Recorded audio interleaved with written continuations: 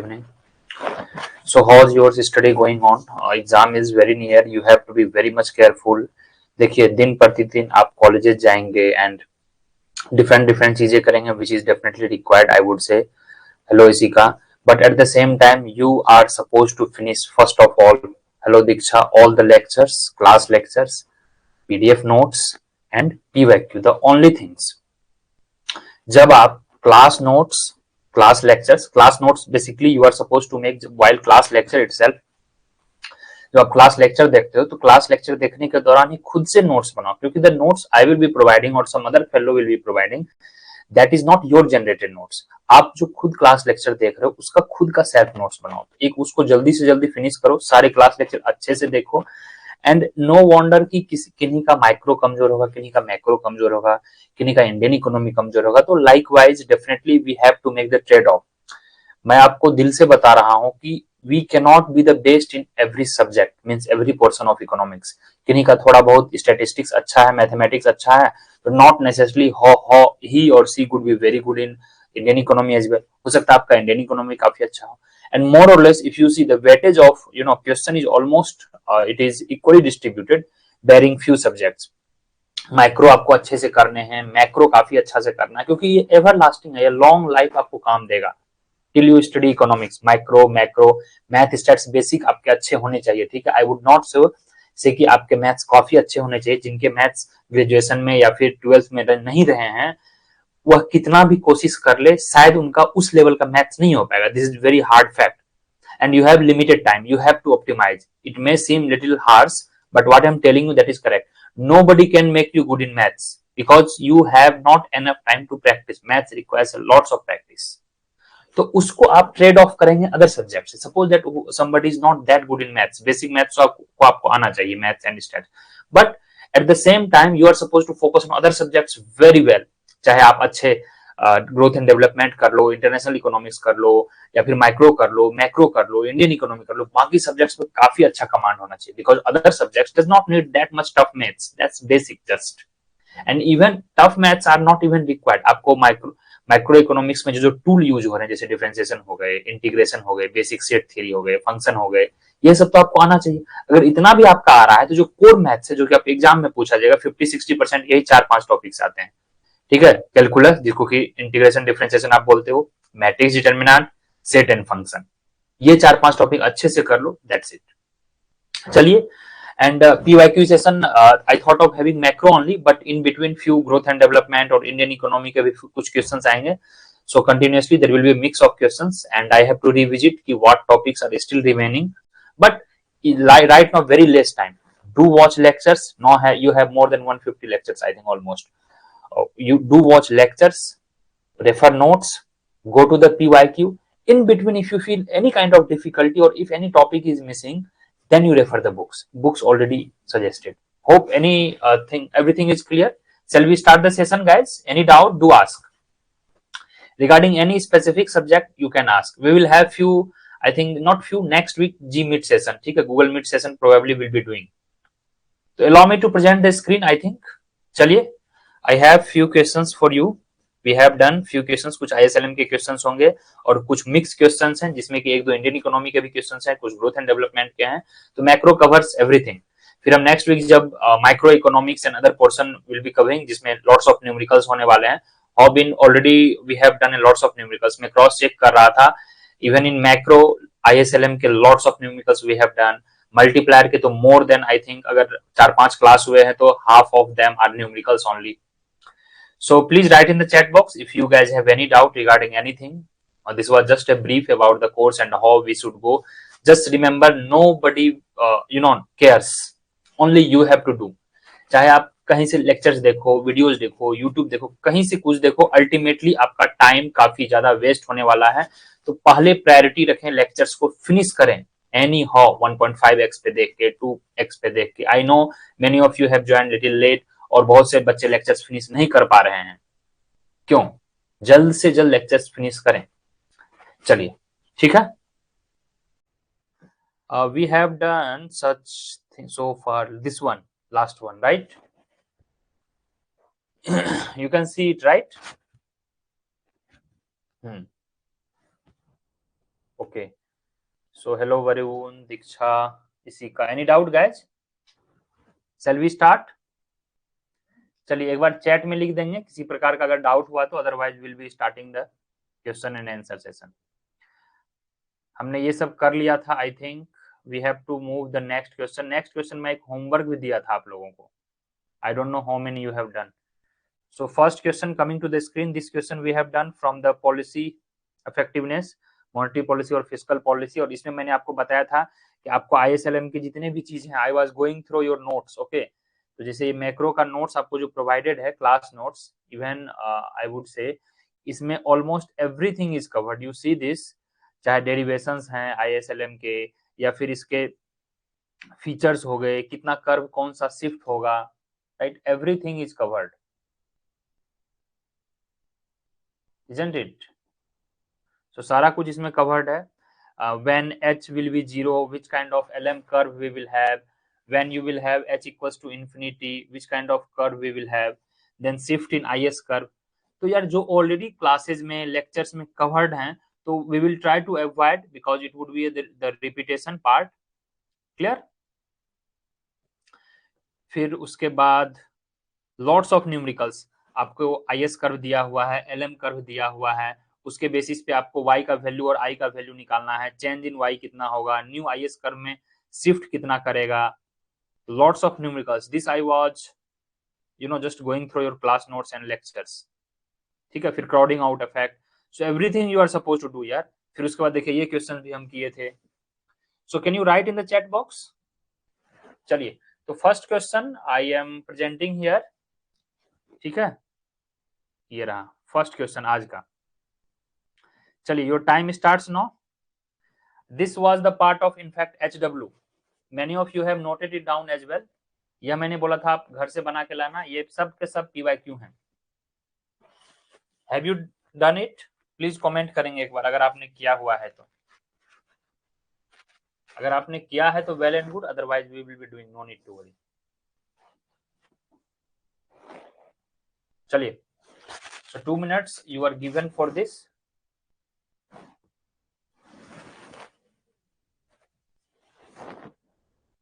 Okay Shruti is saying 4, ठीक है, let's see कि चलिए 4 3 2 कुछ भी हो सकता है। Anyone else? How did you get it? इसमें बेसिक डिफरेंशिएशन लगेगा। आई थिंक आपने चेन रूल या इम्प्लिसिट वाला डिफरेंशिएशन पढ़ा होगा। Yes, Arpit is correct. Anyone else? Yes, Arpit is correct. चलिए इसको मैं करता हूं, काफी इजी है। और देखिए हर तरह के questions every year you will get little bit difficulty, इसलिए कि कभी कभी क्या होता है डायरेक्ट क्वेश्चन वो नहीं पूछते हैं। सो क्वेश्चन में क्या दिया हुआ है that we will see. So given जो दिया हुआ है पहले उसको लिखना है। गिवन दैट, क्या गिवन है?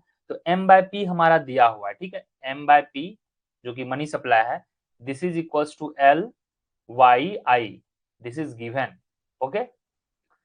अब क्या पूछ रहा है हमें? तो money market equilibrium, let us read, LM curve represents no doubt money market equilibrium. So according to this, so find the value of dy by di, यानी dy by di देखिए स्मॉल में लिखा हुआ है, यानी ये इंटरप्रिटेशन फॉर्म में लिखा हुआ है। तो इसके लिए हमें क्या करना होगा? इम्प्लिसिट डिफरेंशिएशन करना होगा। Implicit differentiation taking both side implicit differentiation, यानी इसको हम पूरा के रिस्पेक्ट में करेंगे, L को y के, फिर L को i के रिस्पेक्ट में। तो यहाँ पे लिखेंगे इम्प्लिसिट, एक सेकेंड, using implicit differentiation, ठीक है? सो बोथ साइड करेंगे। तो ये तो हमारा कांस्टेंट है, ये साइड m/p आपको पता है ये कांस्टेंट होता है गिवन मनी सप्लाई, तो ये हमारा कांस्टेंट हो गया। m/p गिवन कांस्टेंट है, तो कांस्टेंट को किसी चीज से डिफरेंशिएशन करने पे सेम हो जाएगा, 0 हो जाएगा। इसके स्थान पे हम क्या लिख सकते हैं? 0 इज इक्वल्स टू, अब ये है L और इसको करेंगे y के रेस्पेक्ट में, यानी dl को dy आएगा, dl dy हो गया, इनटू फिर ये dy को di से करेंगे, तो dy अपॉन di प्लस, अब फिर करेंगे dl को di से, dy बाय dy तो सेम हो जाएगा 1, dl upon DI. Clear? So basically it is a kind of chain rule. Differentiation में you might have read. अगर आपने नहीं भी पढ़ा है तो such kind of question if comes next time, हो सकता है वो IS कर्व का पूछें, like this they can give. तो आपको इस तरह में ऐसे याद रखना है, जो भी दो डिफरेंट डिफरेंट वेरिएबल होंगे इन सब का हमें कंप्लीट डिफरेंशिएशन कर देना है अप्लाइंग इम्प्लिसिट दिस रूल। तो इसको इससे फिर डिफरेंट एल को आई से। अब यहाँ से निकालिए, इसको हम शॉर्ट फॉर्म में लिख सकते हैं according to the option. You have to also look at the option. Option में क्या क्या दिया हुआ है, आपको ऑप्शन भी रेगुलरली देखते रहना है, accordingly we have to move ना। तो एल वाई देखिए कहीं पे दिया हुआ है, यानी एल वाई जो है ये एल वाई क्या शो कर रहा है, यानी डेफिनेटली एल वाई जो है डिफरेंशिएशन ऑफ एल वाई है। I think this question might be incomplete, questions को इन्हें कंप्लीटली लिखना चाहिए था, बट एनीवे तो जिस तरह जहां पे एल वाई अगर लिखा है तो समझ जाना है आपको D L by D Y है, ठीक है।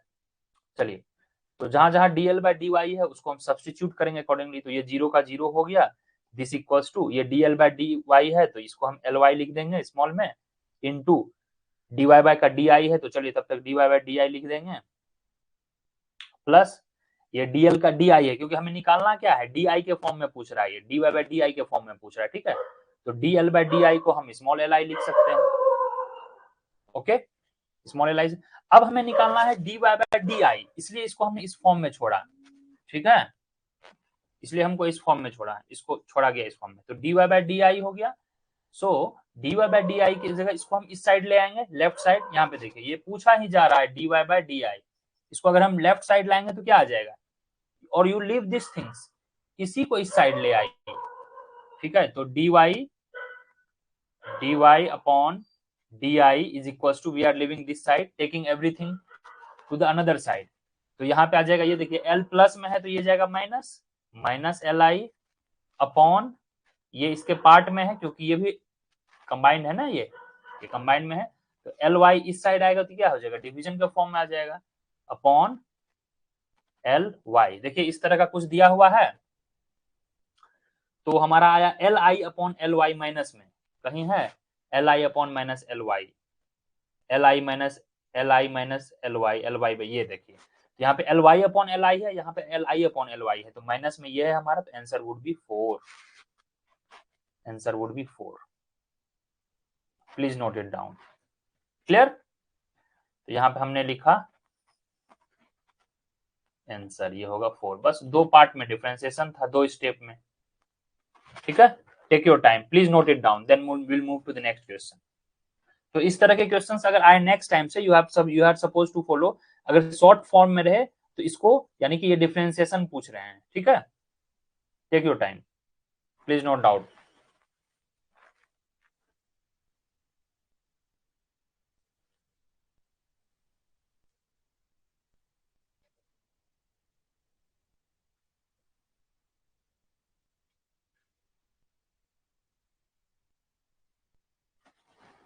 Done? If it is done just write next.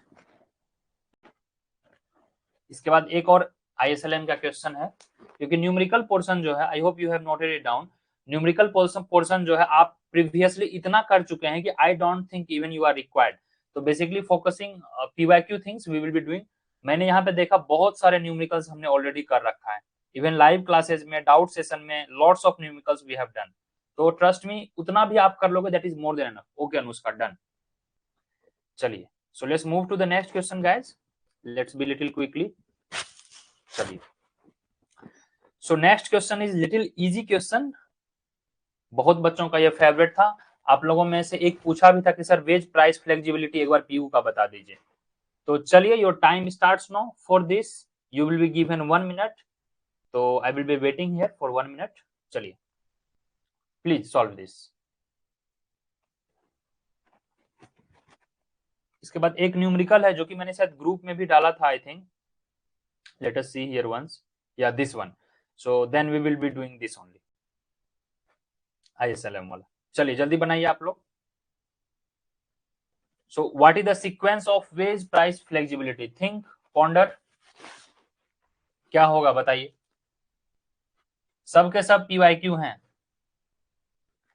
PYQ। I think यह क्वेश्चन आया था यूजीसी नेट में 2024 का PYQ है, आई थिंक।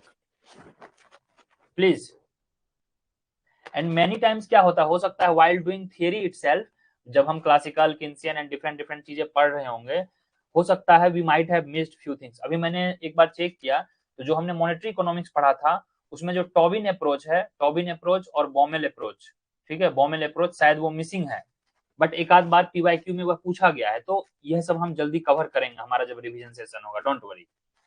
और हो सकता है अगर ये हम स्पेसिफिक नहीं कर पाए तो while doing PYQ itself, PYQ के थ्रू हम इसको कर लेंगे, इसके क्रैक्स को जान लेंगे, टॉबिन ने क्या कहा था, बॉमेल में क्या कहा था, दोनों के ट्रांजेक्शनल अप्रोच में क्या क्या डिफरेंस है, वो जो मनी सप्लाई वाला चैप्टर में, demand for money supply for money, ठीक है।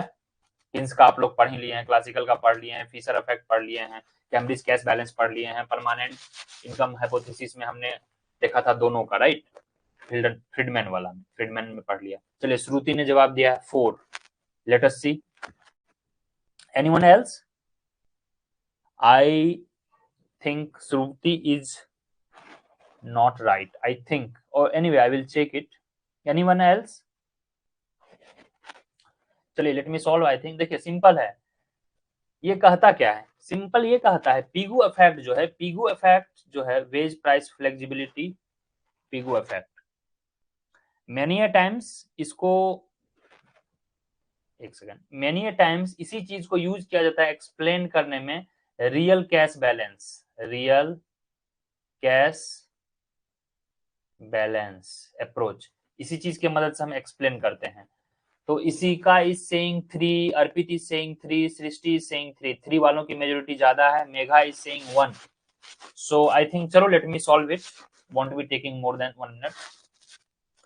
तो इसके लिए आपको पहले ये समझना है कि आखिर वेज प्राइस फ्लेक्सिबिलिटी कैसे इंटरलिंक्ड है रियल बैलेंस अफेक्ट से। एक लाइन में मैं आपको ये बता दूं, सिंपली पीगू जी जो थे वो क्या कहते थे कि बेसिकली जो है इकोनॉमी में क्या हो रहा है, इकोनॉमी में आ रही है आपकी अनएम्प्लॉयमेंट। देखिए इसके लिए मैंने ड्रॉ किया है, तो अनएम्प्लॉयमेंट सपोज इट आई, ठीक है, जब ग्रेट डिप्रेशन आया था इनफैक्ट दैट टाइम, तो जो अनएम्प्लॉयमेंट आई है there is large, I mean supply for labour is more than demand for labour, तो अनएम्प्लॉयमेंट होगी। तो this unemployment will result into, let me share this chart, ठीक है। तो जब आपका क्लासिकल फेल होता है या फिर इकोनॉमी में सप्लाई ज्यादा हो जाता है, परचेजिंग पावर लोगों का कम हो जाता है, so there is a sequence wage price flexibility, देखिए कैसे यह पूरा एडजस्ट होता है। तो अनएम्प्लॉयमेंट आई इकोनॉमी में, अनएम्प्लॉयमेंट के कारण क्या होगा, if there is a labour supply is greater than labour demand, ठीक है, या एनडी लिखते हैं, तो सप्लाई ज्यादा है डिमांड कम है, तो obviously wage rate will fall. Wage rate fall का मतलब क्या है, वेज रेट फॉल का मतलब ये हुआ कि wage is the component of price of any product, तो वेज अगर कम होगा तो उसका प्रोडक्ट का भी प्राइस कम हो जाएगा, ठीक है। नेक्स्ट जो है people can buy more with the same money. अब क्या हुआ, मान के चलिए जो गिवन था कॉस्ट ऑफ प्रोडक्शन आपका फॉल हुआ, wage is the major component of cost of production यानी प्राइस जिसको बोलते हैं। जब वेज कम होगी, सपोज दैट जो चीज बनने में 100 रुपीज लग रही थी, अब उसमें 50 रुपए हमारी लागत है और आपके पास 1000 रुपया था, तो आप 10 प्रोडक्ट खरीद रहे थे, तो अब तो आप 20 खरीदोगे, राइट। तो उसी तरह क्या होगा, people can buy more with the same amount, yes Arpit, cost of production decreases, cost of production decrease हुआ, आपका परचेजिंग पावर बढ़ गया, जब परचेजिंग पावर बढ़ेगा तो क्या होगा, यानी कंजम्पशन बढ़ेगा, again from here decreasing from the supply side and again here increasing the demand। अब क्या हुआ, लोगों में यह परसेप्शन पैदा हो गया, अरे भाई कम है सामान का प्राइस काफी ज्यादा कम है, लेट्स कंज्यूम मोर। तो कंज्यूमर का क्या होगा, कंजम्पशन रिलेटिवली बढ़ेगा। हालांकि वेजर साइड से if you see that the worker है, they are also the part of economic system, so they are also at the one time consumer, but who is not involved in this labor market, other players are the consumer. तो consumption तो बढ़ेगा, जब consumption बढ़ेगा तो firm will realise that और industry will realise that कि okay now we need more production, so they will demand more worker. जब वो मोर वर्कर डिमांड करेंगे तो definitely decreasing from unemployment rate to increasing from employment rate. तो इस तरह से यह क्राइसिस एक्सप्लेन किया जाता है, this is known as Pigou effect. अब हम देखते हैं कि हमारा क्वेश्चन क्या कह रहा है, clear, take your time, please note it down, इसको आप नोट कर लिए होंगे I hope, then will move. चलिए देखते हैं हमारा क्वेश्चन क्या कह रहा है। तो क्वेश्चन हमारा कह रहा है कि सबसे पहले हमें क्या होगा इसमें, अब आराम से आप कर लोगे इसमें। सो सीक्वेंस आपको बताना है, तो सीक्वेंस हमारा सबसे पहले क्या हुआ था भाई, अनएम्प्लॉयमेंट आई थी, बेरोजगारी आई थी सबसे पहले हमने देखा, तो ठीक है चलो बेरोजगारी, यानी सबसे पहले हमारा आ गया डी, ये है ना डी, अनएम्प्लॉयमेंट डी। उसके बाद फिर क्या आई थी, बेरोजगारी आने के बाद प्राइस और वेज हमारा गिर गया था, वेज गिरा था, प्राइस गिरा था, तो यहाँ पे हम देखेंगे, हाँ वेज एंड प्राइसेस डिक्लाइन, तो डी के बाद ए, डी के बाद ए, डी के बाद ए देखिए कहीं है, हाँ डी का ए, डी ए, डी ए, यानी ए नहीं होगा, ये गलत हो गया, D A, D A, D A अभी भी है। अब क्या हो सकता है, इसके बाद क्या होगा कि हर चीज का कॉस्ट डिक्लाइन कर गया था, प्राइस डिक्लाइन कर गया था, ठीक है, वेज गिरने के बाद, तो ये देखिए कॉस्ट डिक्लाइन हो गया एंड प्राइसेस डिक्लाइनिंग हो गया था, तो यानी सी, डी ए के बाद सी, डी ए के बाद सी, ये नहीं होगा, यानी या तो एक होगा या तो तीन होगा, लाइक दिस, डी ए सी हो गया। फिर उसके बाद हम देखेंगे इसमें से और क्या है, हाँ जब आपका कॉस्ट डिक्रीज होगा तो क्या होगा, परचेजिंग पावर बढ़ जाता है, यानी आपका रियल वैल्यू ऑफ एसेट जो है वह बढ़ जाता है। इसीलिए अभी हमने देखा कि कोई पेन का दाम अगर 10 रुपया था और आपके पास 1000 थे, तो आप 100 खरीद रहे थे ना, अगर यह 5 रुपए हो जाए और आपके पास 1000 रहे मनी, तो रियल वैल्यू आपकी 200 पेन आप खरीद सकते हैं, तो आपका परचेजिंग पावर यहाँ बढ़ गया, तो जिस कारण से हम बोल सकते हैं यहाँ पर कि ये सी वाला होगा, कॉस्ट डिक्लाइन, तो यहाँ पे सी, हाँ जिस कारण से हम ये बोल सकते हैं कि हमारा real value of asset increase हुआ है, तो यानी हमारा परचेजिंग पावर इंक्रीज हुआ है, यानी बी। तो अब जो बच गया D A C B, D A C B यानी ये भी नहीं होगा, और लास्ट में हमारा ई हो गया, जो बचा हुआ है एक, आई थिंक ओनली ई बचा हुआ है, ठीक है, तो ये होगा आंसर, थ्री होना चाहिए, answer three is the correct answer. Clear, any doubt? So this is how you are suppose to, even while making notes, अगर आपके पास कहीं मैक्रो इकोनॉमिक्स में एक पेज रखे हो, तो you can say yeah you are true Varun, you are true, but this is how the Pigou explained, we are going through the Pigou effect, yahi tha, what you are saying that is definitely the point of debate, but Pigou explained in the similar way, so answer would be, the correct answer would be here 3। okay, clear, please एक बार इसको note कर लेंगे आप, veg price flexibility approach के तहत कैसे ने Pigou ने रियल कैश बैलेंस या फिर रियल बैलेंस इफेक्ट, ठीक है, रियल बैलेंस इफेक्ट इसको बोलते हैं, इसको भी आप नोट डाउन कर लीजिएगा, रियल बैलेंस आपका बढ़ जाता है ना, real balance effect, please, clear. Falling, Varun is writing, falling prices did not always increase consumption, especially when consumer expected. Yes, we are not taking all these things. That time, BU explained this way. So we are not adding anything external things. What Pigu sir has said in his theory, that we are discussing. It is specifically mentioned the sequence of flexibility approach of Pigu. Clear, Varun? So done. Shall we move to the next question?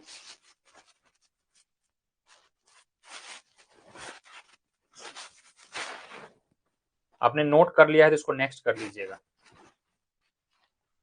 Some of you were making this diagram, इसको ऐसे याद रख सकते हैं हम, देखिए कैसे याद रख सकते हैं, इसके लिए मैं एक फ्लो चार्ट बनाता हूँ।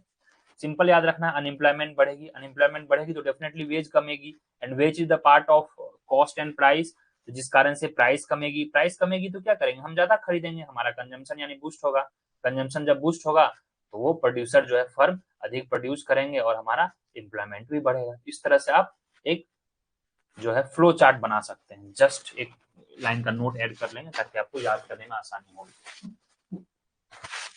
Clear?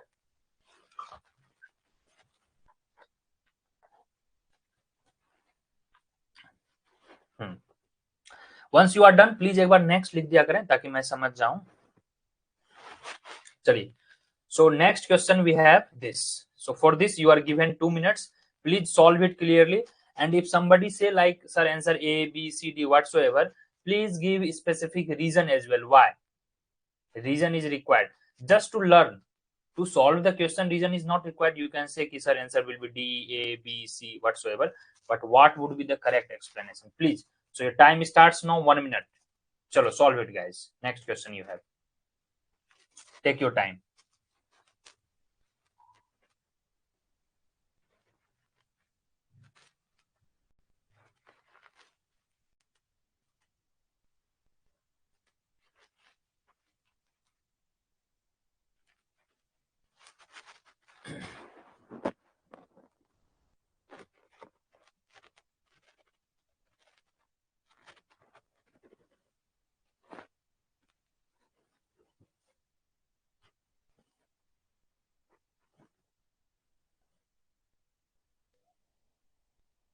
Is it clear? Anybody has solve it?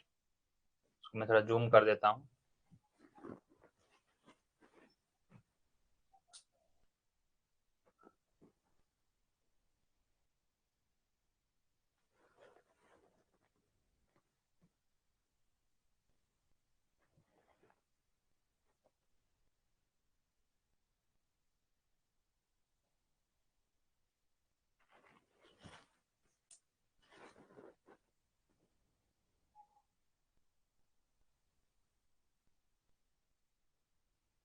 Okay, h equals to 0, h0 Arpit.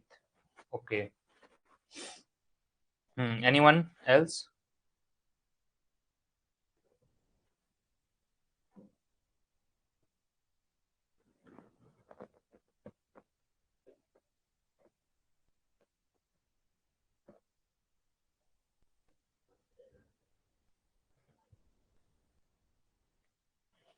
Let's wait here. Arpit ने ए बोला है, ठीक है, चलिए अर्पित की मैंने बात को माना ए।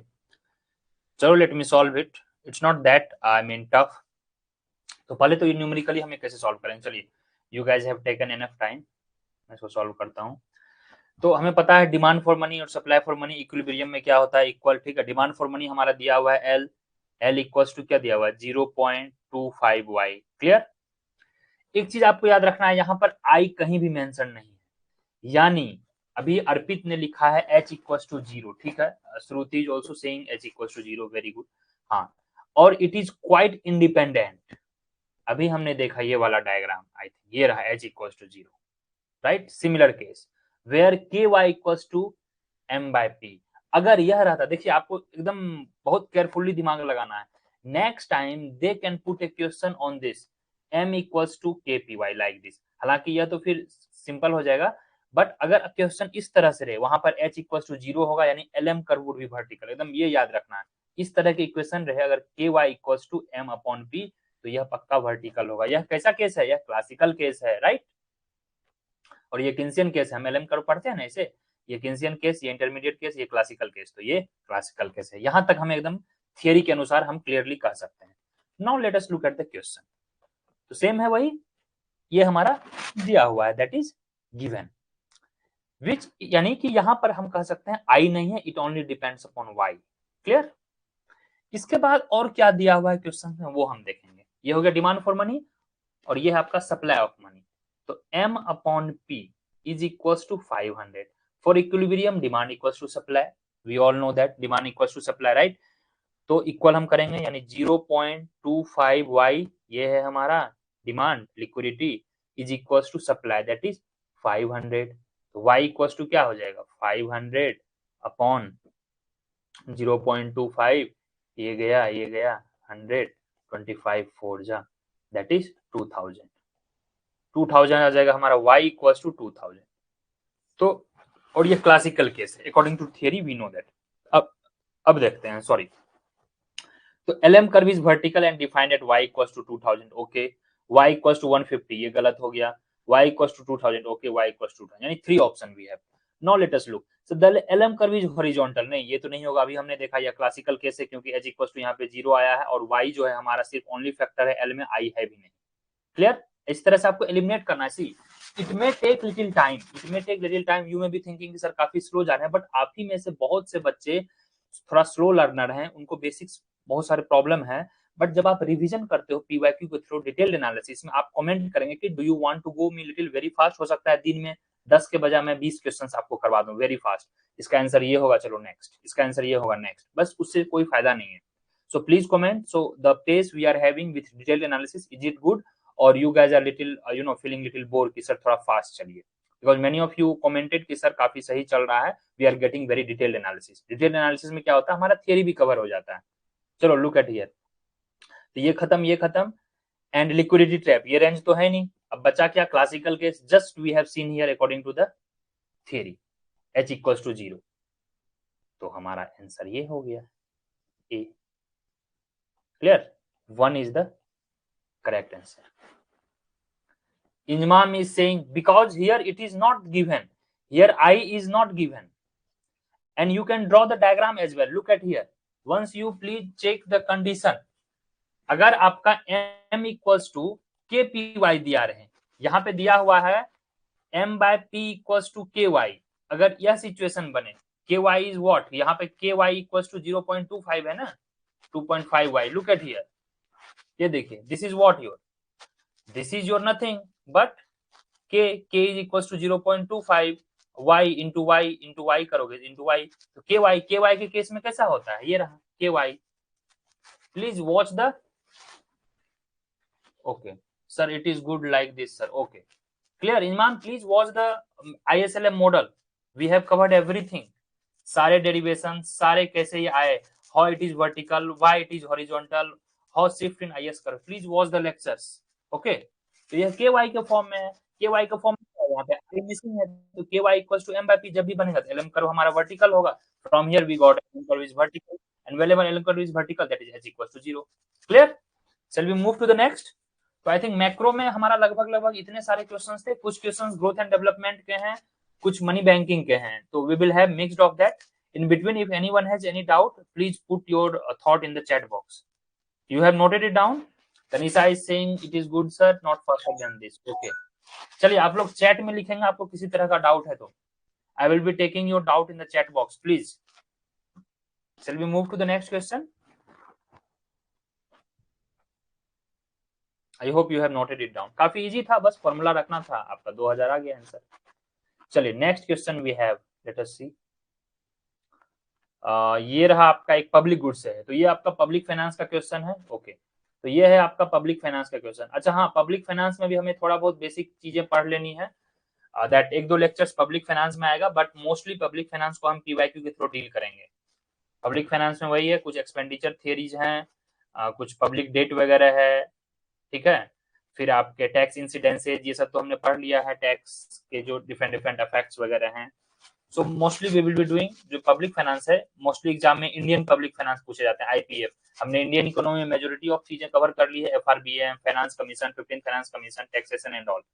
चलिए your time starts now, take your time, 1 minute you are given, very good questions, please solve it. और इसके थ्रू हम देखेंगे public good, private good, club good, जो भी डिफरेंट डिफरेंट तरह के गुड्स हैं उसको हम देखेंगे।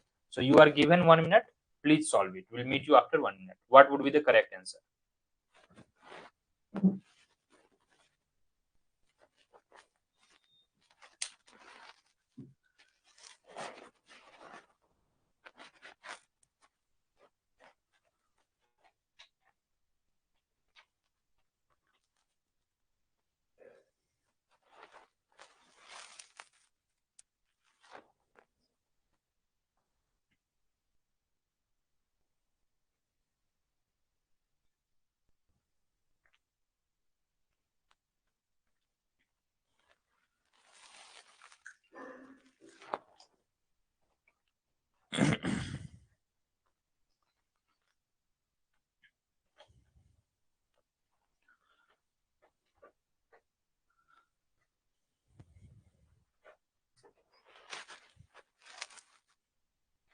Clear?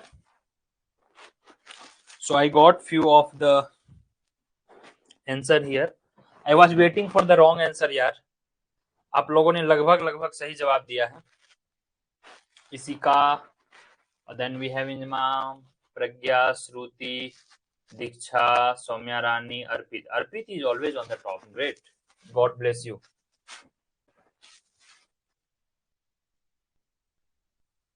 चलिए इसका सही आंसर, चलिए देखते हैं detail explanation. Yes, mostly you are right only. तो इसमें क्या है कि पब्लिक गुड के हमने डिटेल्ड एक्सप्लेनेशन, या इंडियन इकोनॉमी में भी हमने यह कवर किया है आखिर पब्लिक गुड होता क्या है।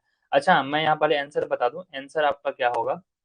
तो पब्लिक गुड के बारे में कौन सा करेक्ट है, तो पहले देखते हैं नीचे से। Public goods create inefficiency in consumption, वाह क्या लिखा है, ये प्राइवेट गुड का काम है, क्योंकि यहाँ पर हमारा जो है एमसी जो है वह प्राइस जो है एमसी से बड़ा नहीं होता है, ठीक है, तो यहाँ पे ऐसे ही इनएफिशिएंसी नहीं आएगी। Public good provides benefits to the people of non zero marginal cost. Can somebody explain what is non zero marginal cost? Public good is rival, no, non rival तो इसका फीचर ही है। Public good is national defense. Yes, national good is example of public defense, and public good is non-excludable, non-exclusive. Yes, that exclusive means if it is exclusive means it is excludable. You tell ना कि sir this is exclusive feature for you. For you जहां पर लग गया वहां पे exclusive होगा. Exclusively on Amazon Prime means यह सिर्फ और सिर्फ Amazon Prime पे मिलेगा. So only लग जाएगा यहाँ पर. जब non-exclusive लिखें means it is not excludable. आपको ऐसे पढ़ना है non-exclusive जाना है. ये थोड़ा टेक्निकल था. यानी non एक्सक्लूडेबल जहां पे भी नॉन एक्सक्लूड लगा. क्लियर. चलिए तो देखते हैं क्या है इसके डिटेल्स एक्सप्लेनेशन. ये रहे. तो ऐसे आपको याद रखना है आराम से. ये मैट्रिक्स बना लीजिएगा. एक्सक्लूडेबल, नॉन एक्सक्लूडेबल लिख देना है. Rivalry, non rivalry. तो प्राइवेट गुड का क्या फीचर होगा, वह एक्सक्लूडेबल भी होगा और राइवल भी होगा. जैसे एग्जांपल आपके फूड, क्लॉथ, कार वगैरह वगैरह. देन है हमारा पब्लिक गुड. तो पब्लिक गुड देखिए नेशनल डिफेंस डायरेक्ट यहां से आया है. ये भी पीवाईक्यू से है. ये भी आपका पीवाईक्यू है. एंड आई थिंक ये भी पीवाईक्यू यूजीसी नेट पीवाईक्यू है. UGC net PYQ, UGC net. इस तरह के क्वेश्चंस आते हैं. एनटीए का ये काफी.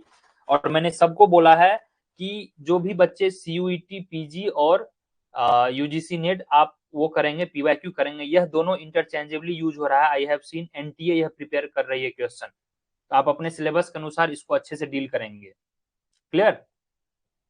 चलिए, सॉरी फॉर डिस्टर्बेंस. अब है हमारे पब्लिक गुड होगी. अब है हमारे पास क्लब गुड. क्लब गुड में थोड़ा सा हमें क्या ध्यान रखना है, when you are going to enter to the club. तो क्लब में जब आप एंट्री करते हो तो एंट्री में आपका चार्ज लग जाता है. तो जहां पर भी चार्ज लग गया एक्सक्लूडेबल वहां पे होगा. यानी कि यहाँ पे हमें कुछ चार्ज देने होते हैं. इसलिए यह एक्सक्लूडेबल है बट यह नॉन राइवलरी है. Clear.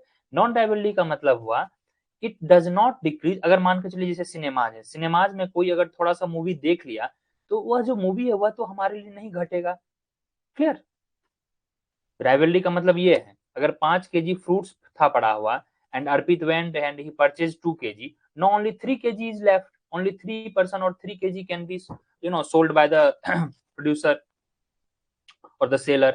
So here limitation in the quantity. Whenever there is quantity limitation or use limitation, that is rival. तो नॉन राइवल है यह. लेकिन यही चीज जब हम कॉमन गुड्स में देखेंगे तो कॉमन गुड्स आपका नॉन एक्सक्लूडेबल है. फ्री आप जाते हो, घूमते हो, स्टॉक फिश में जो मेरीन फिशिंग वगैरह करते हो, ये नॉन एक्सक्लूडेबल है. बट यह राइवलरी है क्योंकि आप अगर सारा कंज्यूम कर लोगे. इसी से एक फेमस कंसेप्ट आया है tragedy of Commons. Tragedy of Commons. Please इसको एक बार देखेंगे क्या होता है ट्रेजेडी ऑफ कॉमन्स. इसको मैंने एक्सप्लेन किया था ऑलरेडी एनवायरमेंट के लेक्चर्स में जब मैंने ग्रोथ एंड डेवलपमेंट में कवर कर रहा था. तो tragedy of Commons I have explained. ठीक है. फिर है कोस थ्योरम. कोस थ्योरम वगैरह ये सब भी ऑलरेडी एक्सप्लेन्ड है. ठीक है. ये सब आपको देखना. जो मैं यहाँ लिख दिया हूँ मैक्सिमम चीजें ये कवर्ड है आपके लेक्चर्स में या कहीं ना कहीं किसी चीज में, या तो ग्रोथ एंड डेवलपमेंट में होगा या तो पीवाईक्यू में होगा या मैक्रो में होगा. कहीं ना कहीं वह कवर्ड जरूर होगा. तो इसको आप जल्दी से अपने तरफ से एक बार गूगल या फिर नेट पे जाके पढ़ लेंगे. या ट्रेजेडी ऑफ कॉमन्स क्या है थोड़ा इसको जल्दी से सर्च कर लिए. कोस थ्योरम क्या है इसको सर्च कर लिए. क्लियर. चलिए move to the next question. Quickly please try to write next. हाँ, इसी तरह आपको मैं एक होमवर्क दिया हूं. It is your duty and I would definitely appreciate if you write in the chat कि सोशल गुड क्या है. Social good, merit good, merit good, seen good. चलिए क्या है ये मैं बताऊंगा नहीं. ये आपको मैं होमवर्क दिया हूं. इसको आप जल्दी से गूगल कर लेंगे. मैच द फॉलोइंग वगैरह में पूछ सकते हैं. या फिर आपके कभी फ्यूचर में इंटरव्यू वगैरह दोगे आरबीआई का, आईएएस का, तो they can ask you social good, merit good, seen good like this. Clear. चलिए so next question here we have. I hope you have noted it down. और इसका आंसर होगा यस 1. मैं यहां लिख दे रहा हूं 1. 1 is the correct answer. Clear.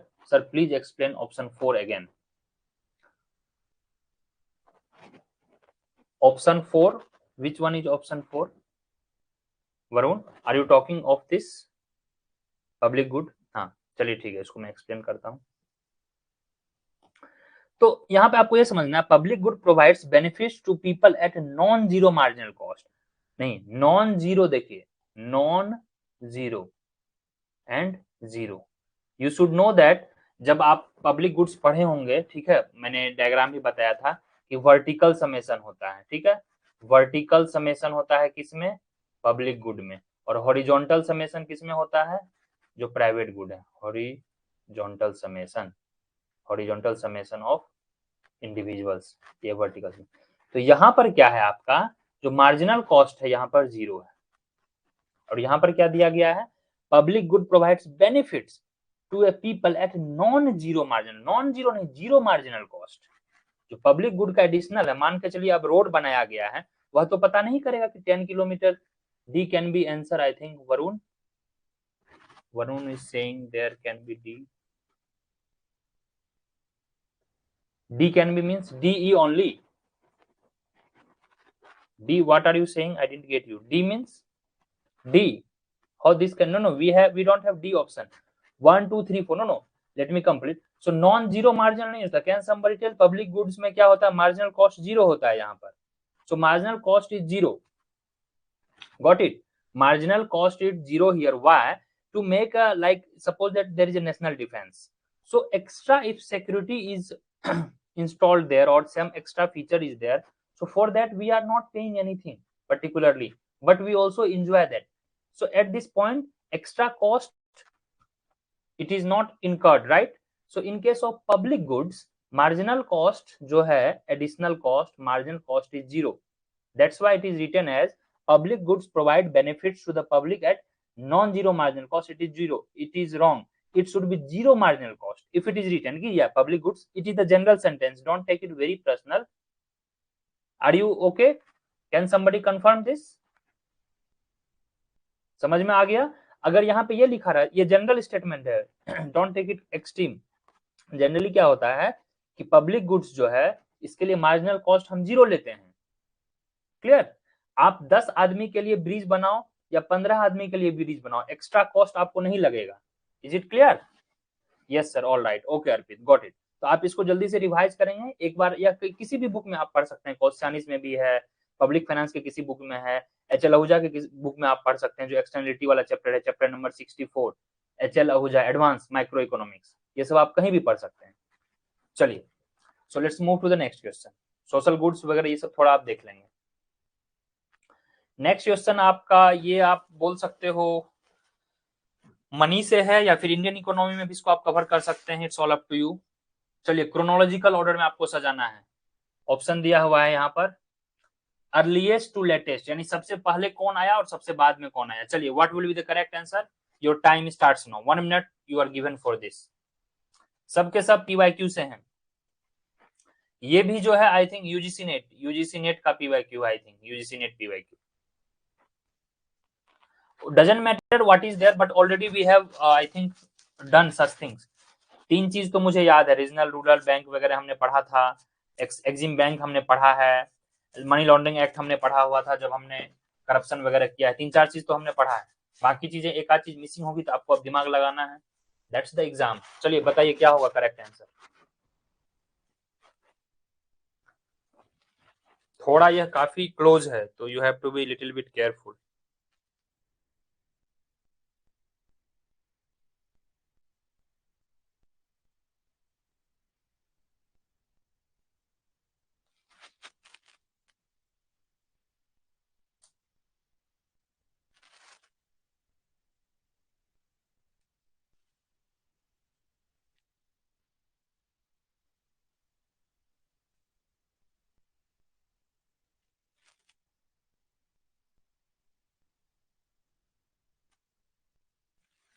Arpit is saying 1. Let us wait here. Anyone else?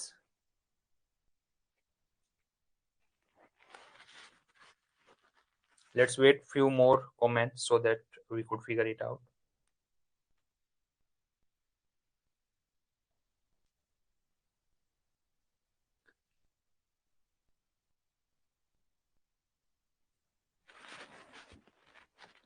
Shruti, Varun, oh, mostly Soumya Rani, great, fantastic, yes, you guys are correct. चलिए इसको हम सॉल्व करते हैं काफी डिटेल में। तो अब आपके पास यहाँ 5 चीजें हैं। रीजनल रूरल बैंक, ये कब आई थी? 1976 में आई थी regional rural bank. RRB. We know that ki India lives in village, and according to recent like 2011 census, nearly 68% of population resides in village. तो इसलिए village को प्रमोट करने के लिए रीजनल रूरल बैंक लाया गया था. And recently one, sir, we know that Exim came in 82 and NHB 88, so it means that B comes before D. Fantastic, what a great. Yes, Arpit, we'll come back to you. The way you have commented, really I liked it. The same thing I wanted to explain you. We'll be coming back to you. So let me just explain. मैं सबके पहले ये लिख देता हूँ year कब क्या आया, फिर हम एक्सप्लेन करेंगे. I am not coming back to the answer, ठीक है. नेशनल हाउसिंग बैंक जो था यह आया है, एक्ट पूछा जा रहा है, तो नेशनल हाउसिंग बैंक का एक्ट आया था आई थिंक 1987 एक्ट, और यह 88 में स्टार्ट हुई थी. Prevention of money laundering act PMLA, यह 2002 में एक्ट आई थी, 2002 स्टार्ट हुई थी 2005 में. एक्जिम बैंक यह आई थी, रेड कलर से कर देता हूँ, एक्जिम बैंक आई थी 1982 में, और चीट फंड एक्ट आई थी, यह भी आई थी 1982 में. अब देखिए yes, now coming back to, but क्या है, अब ये हम कैसे याद रखेंगे, दोनों चीजें 82 में आई थी, 82 में आई थी. अब याद करना काफी डिफिकल्ट है, बट यहाँ पे पूछा जा रहा है एक्ट. चलिए, अब हमको पता भी नहीं है एक्ट क्या है. Let's stop here. Now let's take the example of Arpit. Arpit is saying, sir, Exim came in 1982. Yes, very well known fact. And NHB came in 1988. Yes, 88 में आया था. Act आया था 87 में. It started in 88. Very good. This we know, and we have, I think, covered in notes as well, right? Can somebody just confirm, so that other people who has not watched the lecture or went through the Indian economy notes, they can confirm. ये सब हमने notes में और class lectures में cover किया है, at least 2-3 चीजें. तो इतना हमें पता है कि पहले आएगा 82, फिर आएगा 88. तो इसमें देखिए जो ऑप्शन 4 है, यहां पर क्या आ रहा है आपका सी और बी, सी सॉरी ए और ई. ए में क्या है आपका चीट फंड, डी में क्या है आपका नेशनल हाउसिंग बैंक है, नेशनल हाउसिंग बैंक एक्ट. तो नेशनल हाउसिंग बैंक एक्ट जो है, okay Arpit, good, I am coming back to you. तो नेशनल हाउसिंग बैंक जो है, बी कहाँ गया हमारा, एक्जिम, उसके बाद आएगा नेशनल हाउसिंग बैंक, राइट, ये हमें पता है. यहाँ पे उल्टा दिया हुआ है, यानी ये देखिए बी के बाद ए आना चाहिए, और बी के बाद ए यहाँ पर कहीं नहीं दिया हुआ है. ये तो बी के बाद ए सबसे लास्ट में दिया है, यानी ये नहीं होगा, ये भी नहीं होगा, ये दोनों लग रहा है बी के बाद. और आपको भी पता है PMLA ये तो 2002 में आया है, तो ये तो सबसे लास्ट में होना चाहिए, इन सबके लास्ट में, तो ये तो लास्ट में होगा नहीं. From here we can conclude this. But for the piece of information, let me explain how you can remember such things. Every time you may not get the hint, but the way Arpit has decoded the elimination method, that is the fantastic way. And that's how I say कि knowledge is secondary. In cracking the exam ना, knowledge becomes your secondary. And don't consider कि sir आप एक question को लेकर 10 minute time लगा रहे. No, I am just making you trend कि लिमिटेड नॉलेज से आप कैसे क्वेश्चंस को सॉल्व कर सकते हो. Everybody can read these days. Resources has become like water, so freely available. But problem क्या हो जाता है, too much of resources. अब इतने facts को हम याद कैसे रखेंगे. The way Arpit has approached ना, जैसा कि इन्होंने बोला कि सर हम यह जानते हैं पहले 82 में एक्सिम बैंक आया था और फिर NHB आई थी, इस तरह से हम यहाँ से एलिमिनेट करेंगे. चलो, now let me explain little bit detail. हो सकता है इन्हीं में से वो पूछे which of the following statement is correct about RRB. तो आपको RRB में काफी अच्छे से पढ़ना है. 1976 का एक्ट है. फिर आपके पास है एक चीट फंड है. What is chit fund, can anybody tell what is chit fund. तो they may ask question on the chit fund. Chit fund जो होता है, एक्ट जो आया था, chit fund act came in 1981. Act का नाम था 1981. जैसे RBI है हमारा, RBI 1934 एक्ट के तहत आई, बट यह बनी है 1935 में, राइट. तो एक्ट एक साल पहले आया था. तो चीट फंड जो है यह आती है फाइनेंस मिनिस्ट्री में. It is administrated by finance ministry, but the rule and everything is implemented by state government. ये याद रखना है आपको.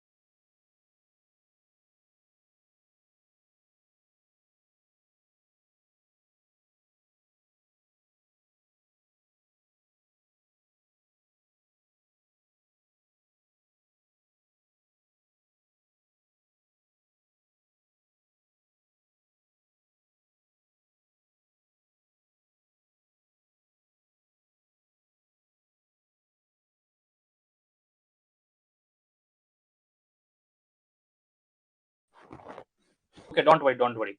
I am on the way to, I think, just a minute, guys. Some internet connectivities was there.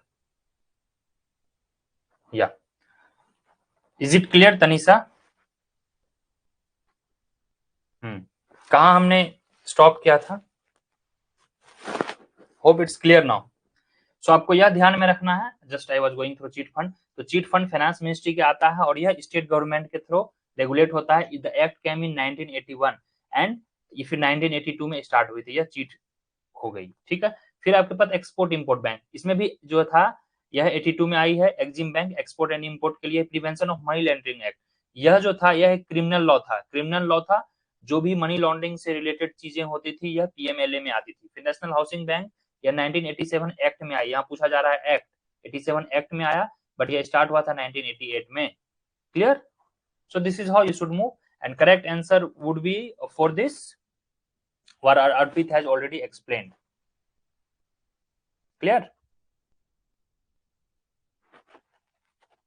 Already you guys have told, so one is correct answer. तो सबसे पहले देख लेते हैं. ई है, ई आया है 1976 में. फिर है हमारा बी, एक्जिम बैंक. ठीक है. एक्जिम बैंक 82 में आया, बट 81 में एक्ट आ गया था. एक मिनट, हाँ, ई के बाद बी है. 81 में एक्ट आ गया था, उल्टा मैंने लिख दिया इसको. 1 सेकेंड. एक्ट पूछा गया है, एक्जिम बैंक का एक्ट 1981 एक्ट आया था और चीट फंड आया था 1982 में. चलिए, क्लियर? हालांकि this is not the proper way, you should mug up and remember the proper way what you guys have commented. Arpit has commented कि दो हमें एग्जैक्ट पता होना चाहिए. Just you leave all these things. दो अगर हमें पता है, एनएचबी और एक्जिम बैंक, अकॉर्डिंगली हम यहाँ से एलिमिनेट कर सकते हैं. So elimination skill is very very important. People will say कि सर इसको हम कैसे याद करें. हालांकि इसके लिए मैंने आपको फॉर्मूला बता दिया है. 3-4 अलग अलग सीट रखेंगे और यहाँ पर सारे इंस्टीट्यूशंस कब स्टैब्लिश्ड हुए, यहाँ पे सारे कमिटी वगैरह कब आए, जो भी मनी से रिलेटेड है, कैपिटल मार्केट से रिलेटेड है, इंडियन इकोनॉमी से रिलेटेड है, वह सब आप एक तरह से रख सकते हैं. Even if you have that limited content, then only you can eliminate. ठीक है. फिर उसके बाद हमारा यहाँ पे ए आया था चिट फंड. फिर आया था डी तो नेशनल हाउसिंग बैंक 87 एक्ट में आया था, जो कि 88 में स्टार्ट हुई थी. और फिर आपका सी, पीएमएलए, जो कि 2002 में आई थी. 2002. Clear? Shall we move to the next? Cheat fund similar like. Okay, yes Varun. हाँ, ठीक है. चलिए 2-3 क्वेश्चन और है, क्विकली. चलिए जल्दी बताइए इसका. ये एक I think you can consider it growth and development का क्वेश्चन. हालांकि डेमोग्राफी का मैंने लास्ट टाइम आपको होमवर्क दिया था कि नियो नेटल रेट क्या होता है, इन्फेंट मोर्टेलिटी रेट क्या होता है, सेक्स रेशियो क्या है इंडिया का डिफरेंट स्टेट्स में. जो मैंने लास्ट इंडियन इकोनॉमी का क्लास लिया था सेंसस का, उसको जल्दी से देखेंगे आप. एक लेक्चर आएगा आपका इंडियन इकोनॉमी के स्कीम्स पे, स्कीम्स, एनएफएचएस एंड ऑल. ठीक है, वह सब पे भी आ जाएगा. Sir RRB act was 1976. No Tanisha, many of you are very confused. In fact, RRB came in 1975 itself, but 76 में एक्ट आई थी. फॉर्मली जो हुआ था 1976 एक्ट आए थे, 1976. Okay. RRB. Srishti is saying 4, Arpit is saying 4. Okay, चलिए लेट्स सी, देखते हैं इसका क्या होगा आंसर. तो यस, इसका जो नियोनेटल रेट है, neonatal rate according to WHO कहती है there are 2 kinds of neonatal rate. एक तो जो अर्ली जो डेज में है 0 to 7 डेज, अगर 0 to 7 डेज में किसी बेबी का न्यू बॉर्न बर्थ का डेट हो जाता है, that is non early neonatal rate. याद रखिएगा, next time they can ask. और 7 to 28 के बीच जो है अगर किसी का होगा, that is called late neonatal death. And neonatal death is explained by WHO and this definition is given by WHO itself. Okay, so first 28 completed days of life if death happens of any baby, that is known as neonatal death. Clear? Yes. तो जो भी चीजें, अब everything क्या है, मैंने देखा questions में, आई was going through many of your PYQ. तो उसमें ये था कि 14th फाइनेंस कमीशन में कौन कौन से कंपोनेंट है, 15th फाइनेंस कमीशन में कौन कौन से कंपोनेंट है, and already we have seen this things. अब मैं रिपीटेशन थोड़ी करूंगा. अब देखो आप, लॉजिकली ये नहीं है, अगर एक क्वेश्चन हम पब्लिक गुड पे सॉल्व कर ले रहे हैं तो you should know other repeated question we can avoid. Public good, club good, private good, common good, यह सब हमें पता है, तो हम इन चीजों को अवॉइड कर सकते हैं. Right? This is how holistic approach. एक क्वेश्चन कर रहे हैं तो उसमें हम 5-7 क्वेश्चन आ रहे हैं, धीरे धीरे टफनेस ऑफ क्वेश्चंस का बढ़ेगा. अभी आप देख रहे हो, initially we started with one statement, now we are moving to the multi statement. तो स्लोली मैं जो जो एग्जाम पास आएगा आपका टफनेस लेवल बढ़ाते जाऊंगा। इसलिए I humbly request you, please finish lecture as soon as possible, please do make notes and do PYQ from your own side, on your own side please.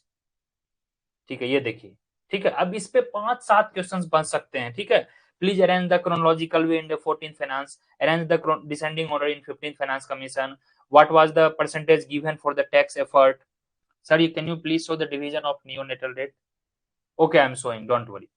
ठीक है, so likewise you are supposed to think of। चलिए, तो ये सब previously already covered है I think. Neonatal rate अर्पित ने पूछा है, ये रहा। ठीक है, प्लीज नोट इट डाउन। तो 0 to 7 है। ठीक है, ये 7 है, ये 0 to 7 अर्ली नियोनेटल रेट, और late neonatal rate 7 to 28 days. अगर यह इस तरह से बेबी का कोई डेथ हो जाता है between 0 to 7, that is known as early और अदरवाइज लेट। चलिए, तो let's move to the next question. और हाँ, एक चीज और आप याद रखिएगा, I hope you have noted down, NHB को जो अभी हमने पढ़ा है, ठीक है, एनएचबी आपका जो ये था ऊपर अभी हमने देखा एनएचबी, एनएचबी को कौन रेगुलेट करती है? NHB is regulated by RBI, very very important. Okay Arpit, NHB is regulated by RBI, ये याद रखना है आपको। चलिए, next question we have this, NBFC, ये भी हमने कवर किया है इंडियन इकोनॉमी में, शायद ये पढ़े हम, बताइए जल्दी। एनबीएफसी, ये भी पीवाईक्यू से है, नॉन बैंकिंग फाइनेंस कंपनीज। दिखने में टफ लग रहा होगा बट ज्यादा टफ नहीं। अगर आप ऑप्शन ए पढ़े हो, ए को मैंने काफी डिटेल में एक्सप्लेन भी किया है क्लासेस में, तो आप एलिमिनेट कर सकते हो।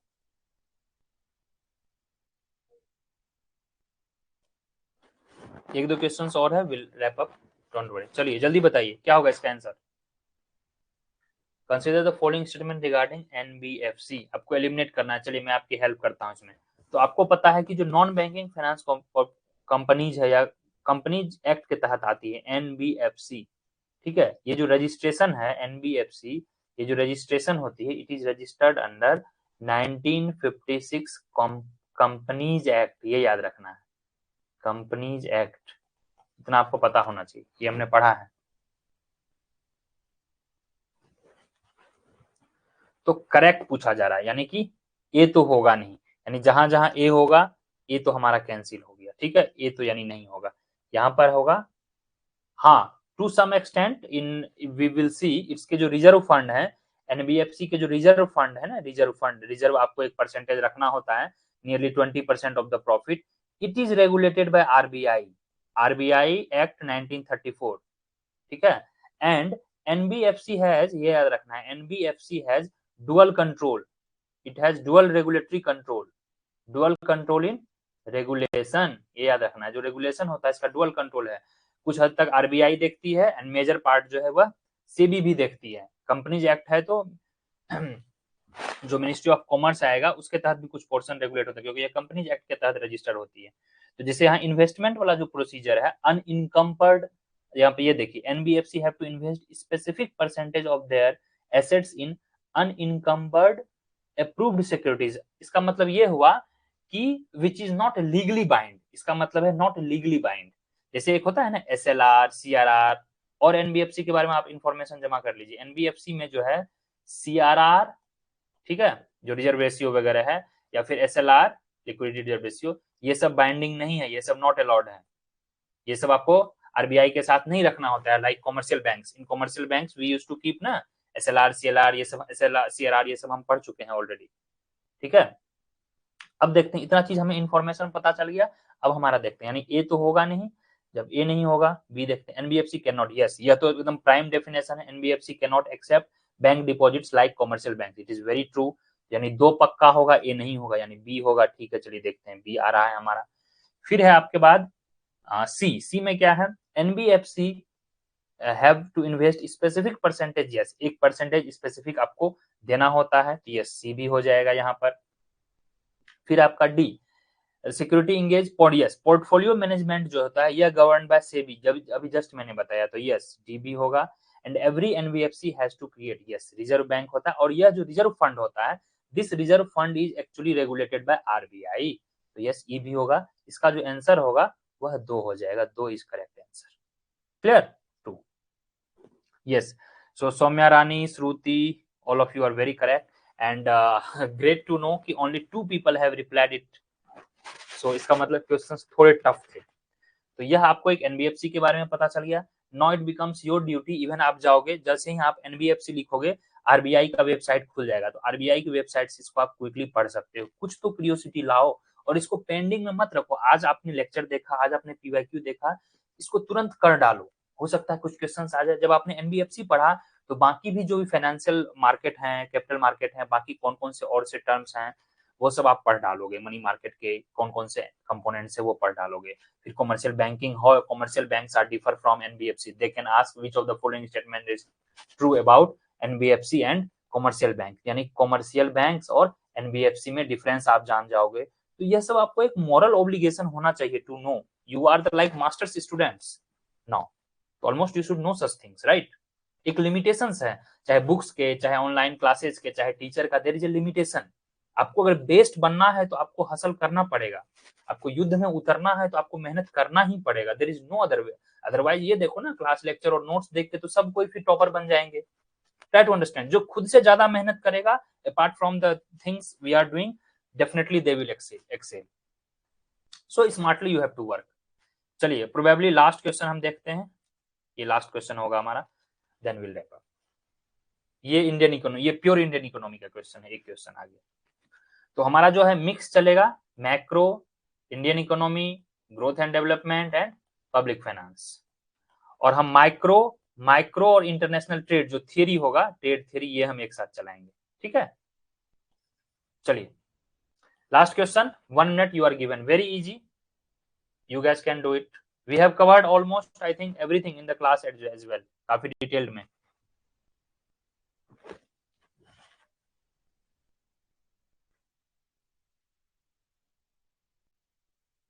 बताइए क्या होगा आंसर.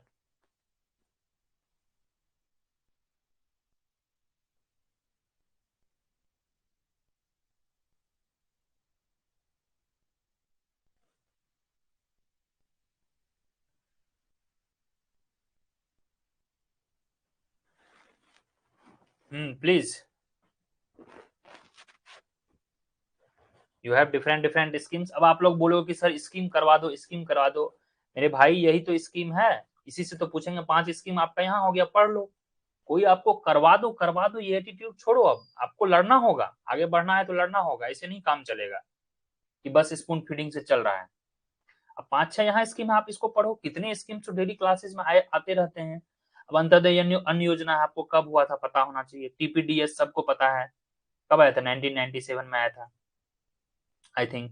ये जो रिवाइज्ड है, रिवाइज्ड पब्लिक डिस्ट्रीब्यूशन सिस्टम. पहले तो हम देखेंगे कि ये मिड डे मील और ये सबसे नया है. एनएफएसए ये एक्ट आया है 2013 एक्ट में. 2013 एक्ट के तहत क्या था, 67% लोगों को अनाज देना है. इसमें 75% अर्बन रहेंगे, 75% अर्बन है, और 75% रूरल है, और 75% अर्बन है. ठीक है, ये सब था इनका फीचर. फिर टीपीडीएस कब आई थी, 1997 में आई थी. और क्या क्या है हमारे पास, आरपीडीएस है. यानी आरपीडीएस ये आई थी 1992 में आई थिंक. या एक बार इसको देख लीजिएगा, डिवाइड पब्लिक डिस्ट्रीब्यूशन सिस्टम. फिर है आपके पास, और हमारे पास इसमें क्या है, mid day meal. Mid day meal सबसे पहले कहाँ शुरू की गई थी, आई थिंक तमिलनाडु में. एक बार इसको देख लीजिएगा. तो मिड डे मील जो है, मिड डे मील ये 95 में आई थी. फिर इसको 2000 के दौरान, इसको 2012-13 के दौरान आई थिंक पीएम पोषण स्कीम में इसको मिला दिया गया था. लेटर ऑन आई थिंक 18 में आई थी पोषण स्कीम. उसके पहले ही जो स्कूल में थे, जो मिडिल क्लास के स्कूल तक होते थे, उसमें इसको जोड़ दिया गया था. सर्व शिक्षा अभियान के साथ अटैच कर दिया गया था मिड डे मील को भी. स्कूल में आपको खाना पीना और प्रॉपर न्यूट्रिशन, एग्स और दाल वगैरह ये सब सर्व किया जाता था. क्लियर. तो अब तो आप आंसर इसका दे सकते हो. अब हम लोग आई थिंक क्वालिफाइड हैं. हाँ, अंत्योदय अन्न योजना. अंत्योदय अन्न योजना, इसको मैं लिख देता हूँ. अंत्योदय अन्न योजना ये काफी इंपॉर्टेंट है. AAY अंत्योदय अन्न योजना, ये था एक्चुअली सारे वो जो राशन कार्ड होल्डर्स हुआ करते थे उसके लिए 35 kg अनाज का प्रोविजन. ठीक है. तो 35 kg of food grains will be given at like 3 rupees, 2 rupees, 1 rupees. चावल, गेहूं, ये सब जो दिया जाता था, right. So this you should know that the main M of AAY was poverty alleviation. जो पॉवर्टी था एलिवेशन, उसके लिए था ये. पॉवर्टी एलिवेशन के लिए AAY शुरू किया गया था। जो भी BPL के अनुसार राशन कार्ड होंगे, रेड कार्ड या पिंक कार्ड डिफरेंट डिफरेंट जगह दिए जाते थे, वही था। तो अब आपके पास इनफ आइडिया हो गई। AAY कब आई थी? AAY जो आई थी 2000 के आसपास आई थी। AAY 2000 स्टैब्लिश जो ESTD लिखते हैं। तो अब देख लीजिए सबसे पहले कौन आए, यानी कि RPDS 92 RPDS। देखिए जिनको ये भी पता है उसका बन गया, यानी डी, यानी आंसर आ गया आपका 1। देख रहे हैं कितना इजी है, बस एक आपको जानना है। सबसे लास्ट में सी आया था क्योंकि ये लेटेस्ट था, ये सबको पता है, तो सी देखिए कॉमन दे दिया है यहाँ पर। फिर है इसी का Arpit, Shruti, most of you are very correct. Okay, so that's all for the day guys. I hope you enjoyed the session. मजा आ रहा है कि नहीं बताइए, क्योंकि in coming days we will have more technical questions. अब मैक्सिमम जो है ये मल्टी स्टेटमेंट वाले होंगे, वन लाइनर वाले तो आप लोग इजीली सॉल्व कर सकते हो नेट से सर्च करके या फिर पीवाईक्यू के सॉल्यूशन देख के, बट दिमाग घूम जाता है। इसमें 5-6 कंसेप्ट रिवाइज हो गया। अब आप TPDS जान गए, RBDS जान गए, नेशनल फूड सिक्योरिटी एक्ट जान गए, मिड डे मील स्कीम जान गए, अंत्योदय अन्न योजना जान गए, तो आपका नोट्स रेडी हो गया पूरा। क्लियर? Please note down. सारे के मैंने ईयर भी लिख दिया है, MDM mid day meal, NFHS 2013, AAY 2000, revised public distribution system 92। एक था PDS सिस्टम। PDS कब आया था? जल्दी कमेंट करेंगे। पब्लिक डिस्ट्रीब्यूशन सिस्टम जल्दी बताइए, एनीवन? सो अब चलिए, दैट्स ऑल गाइस। थोड़ा सा अपने आप को और पुश कीजिए, जल्दी से लेक्चर फिनिश करें। यस, अर्पित इज सेइंग या NFSA was 2013। PDS तो विल कम बिफोर TPDS ना। PDS कब आया था? एक बार क्रॉस चेक करेंगे। No Arpit, you are not right here. In which year PDS came? PDS public distribution system, क्योंकि यहाँ पे देखिए TPDS की बात है और यहाँ पे रिवाइज्ड PDS की बात है, means PDS came before this, so be careful. PDS आया होगा यानी कि इनके पहले आया होगा। एक बार उसको क्रॉस चेक करेंगे। Anyone else? Can somebody cross check when did PDS come? So any doubt from today's session? Next lecture, I think the update will be given in the Telegram as well as on the app.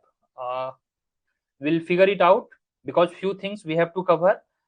जो है मुझे जहाँ तक पता है, एक हमें game theory भी पढ़ना है माइक्रो में, फिर पब्लिक फाइनेंस में, जैसा कि मैंने बताया था पब्लिक फाइनेंस में हमें एक दो टॉपिक्स अच्छे से पढ़ने हैं। और क्या टॉपिक है that we will cross check, don't worry. So ये हार्डली जो है थियोरेटिकल वाला पोर्शन मतलब 3-4 क्लास में कवर हो जाएगा, नो नीड टू वरी। हमें कीप रिवाइजिंग और कीप डूइंग PYQ करते जाना है। Shruti is saying 1947, no. As far my knowledge is concerned, I think PDS came during 1965, 66 या 67 के आसपास। PDS 1965 something.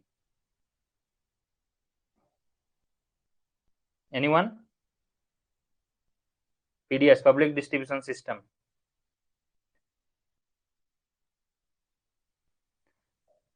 Somebody, yes, Varun is saying 1960. Because 60-60, why I remember PDS जो आया था ना, ये पीक पे आया था जब इंडो चाइना वॉर वगैरह हुआ, फिर पाकिस्तान के साथ हमारा वॉर हुआ, फिर ड्रॉट आ गया कंटिन्यूअस। तो 1960s में जो है स्टेट लेवल पे हर स्टेट में धीरे धीरे लॉन्च हो गया था। 65-67 में सेंटर भी इसको बोली कि चलो let's do this because drought वगैरह आ गया था। Okay, Varun is saying 1960. Okay, yeah. So I am convinced. So during 1960 it came. Shruti is saying maybe 1947. Shruti, the thing you are mentioned during 1950 से ही राशन कार्ड वगैरह distribution शुरू हो गया था। सो राशन कार्ड वगैरह जो था, राशन कार्ड का डिस्ट्रीब्यूशन यह स्मॉल लेवल पर 1950s के टाइम से ही शुरू था। क्लियर? तो नॉलेज आप जो जमा कर रहे हो ना, ये लाइफ टाइम काम देगा। अभी आपको पता होगा कि रिसेंटली अभी IAS वगैरह का इंटरव्यू मैंने कुछ लिया, मॉक वगैरह, तो मॉक्स में भी मैं उनसे यही पूछ रहा था। अभी एक असिस्टेंट प्रोफेसर का कुछ वैकेंसी था कंडक्टेड बाय UPSC, तो उसका मैं इंटरव्यू कंडक्ट कर रहा था। तो there I asked basic the candidate simply she was little confused कि रैशनल एक्सपेक्टेशन थ्योरी और जो आपके ऑगमेंटेड दिए थे फ्रेडमैन वाले कौन थे, एडेप्टिव एक्सपेक्टेशन। एडेप्टिव एक्सपेक्टेशन में उनसे फंस गया। मैं आपको बताऊंगा, आज उनका शायद इंटरव्यू था, तो I think she replied, IAS का इंटरव्यू चल रहा है अभी, तो उनसे पूछा गया था कि एडेप्टिव और रैशनल एक्सपेक्टेशन में क्या डिफरेंस था। तो बेसिक्स ही पूछे जाते हैं। Similarly they can ask us things, what's your views, PDS वगैरह, राशन कार्ड वगैरह कब आया होगा इंडिया में, एंड यू विल से कि no sir during 10 years back, 20 years, no, it's very long term, we been a social welfare country, our definitely approach was welfare since I mean independence, and still we are welfare democratic state, mixed economy में हमारा welfare primary stage, primary वो agenda रहता है। तो these things were there since long back। okay, so hope you had a very nice session। चलिए इसको आप अच्छे से कीजिए, नोट्स बनाइए, and whatever topic small, एक दो small topics हैं that is remaining, you please leave up to me, that I will take care, but my priority will be there to cover PYQ as much as possible। slowly we will go to much detail, ठीक है, little bit we will be enhancing the technical as well। आप लोग थोड़े ready हो जाइए, क्योंकि micro में काफी ज्यादा टेक्निकल है, डेरिवेशंस और मैथ्स की जरूरत पड़ेंगे। तो PYQ करने से पहले अपने तरफ से सारे क्लास लेक्चर्स जल्दी से फिनिश कीजिए, there is a no way out. ठीक है, अभी बुक्स वगैरह पढ़ने में लिमिटेड समय है, but I would say lectures देखिए, लेक्चर्स फिनिश करने के बाद if you have enough time then refer books. Anyone has to say anything? Shall I wrap it guys? एक बार चैट में लिख देंगे good night, so that I can understand कि yes from your side everything is okay. ठीक है, so good night, okay, take care। okay, so thank you for joining today, I think lots of attendance। okay, thank you Tanisha। तो जो भी lectures आप देख रहे हैं आराम से नोट्स बनाएं, उसको करते रहें, पोस्टपोन ज्यादा नहीं करें। Yes we can do it, trust me, things are not that tough as we think. हमें एलिमिनेट करना है। I was quite happy with Arpit the way he has, even with the limited knowledge he approach the question. इसी तरह हमें सब subjects में करने होंगे, वी कैन डू इट। चलो thank you, good night, bye bye guys. Thank you Imam, thank you, good night श्रुति, इसिका, अर्पित। चलो bye bye guys. Update, class update and other things will be given in the Telegram और as well as on the app. चलो।